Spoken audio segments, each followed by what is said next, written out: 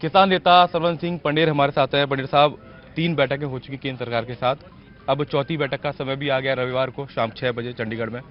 बैठक बैठक चलती रहेंगी या एमएसपी को लेकर सरकार आपकी बात मान रही है? क्योंकि आप लोग के चेहरे पर एक पॉजिटिव, एक सकारात्मक कुछ दिखाई दे रहा है हमको बैठक के बाद। बिल्कुल, हम तो चाहते हैं जो आप बात कर रहे हैं आपके मुंह में घी छिक्कर हो, ऐसा ही हो जाए। हम तो इसी इसी आशा से वार्ता कर रहे हैं।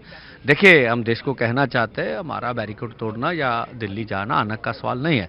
हम चाहते हैं इस देश के किसान मजदूर हैं, हमारे मुद्दों को, मसलों को हल किया जाए।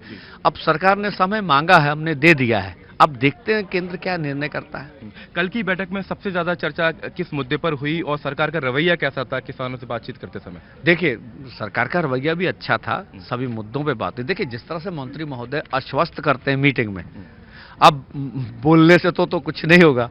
उसको कानूनी ढंग किस तरह से दिया जाए, किस तरह का कानूनी रूप दे, किस तरह से लोगों के पास वो जो बोल रहे हैं वो चीज़ चली जाए, तो ये उन्होंने फैसला करना। उन्होंने बोला हमें सोचने का, सरकार से वार्ता करने का समय दीजिए, तो हमने दे दिया। अब देखते हैं क्या बनता है। आप और डलेवाल साहब ये भी कह रहे थे कि एमएसपी को लेकर बहुत ज्यादा बहसबाजी हुई। क्या वजह थी, बहसबाजी क्यों हुई, क्या तर्क सरकार देना चाहती थी? क्योंकि सरकार ये कहती है कि बहुत ज्यादा खजाने पर बोझ आ जाएगा। आप कहते हैं कि 60% किसान है और जीडीपी का छोटा सा हिस्सा मांग रहे हैं, तो क्या तर्कबाजी बात देखिए? देखिए, जो सरकार बोल रही है, हम तो बोल रहे हैं भी। देखिए, 3.4 ट्रिलियन डॉलर की हमारी जीडीपी है और एक तरफ आपकी 60% किसान की आबादी है। जो हमारी स्टडीज है वो कहती है अगर सरकार एमएसपी खरीद की गारंटी का कानून बना दे तो उसको प्लस 2.25 लाख करोड़ रुपए देना पड़ेगा। तो इतनी बड़ी आबादी के लिए 2.25 लाख करोड़ रुपए कोई अधिक बात नहीं है, जो हम कहना चाह रहे हैं।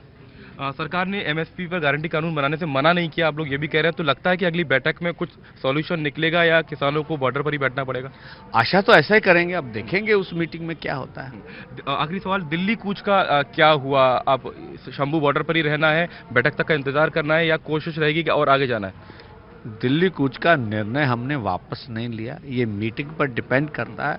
अगर कुछ बात ना बनी तो हम दिल्ली जाने के निर्णय को कर लेंगे।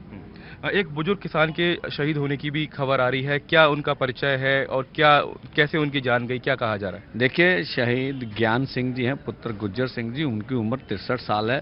चाचों की गांव है ये, पुलिस थाना घुमान गुरदासपुर के हैं।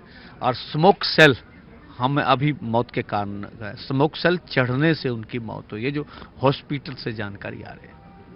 तो सरवन सिंह पंडित साहब का सुन रहे थे, कह रहे थे कि चौथे दौर की बैठक रविवार को होनी है शाम 6 बजे। किसानों में उम्मीद है कि अब शायद कोई हल खासतौर से एमएसपी के मुद्दे पर केंद्र सरकार निकाल लेगी।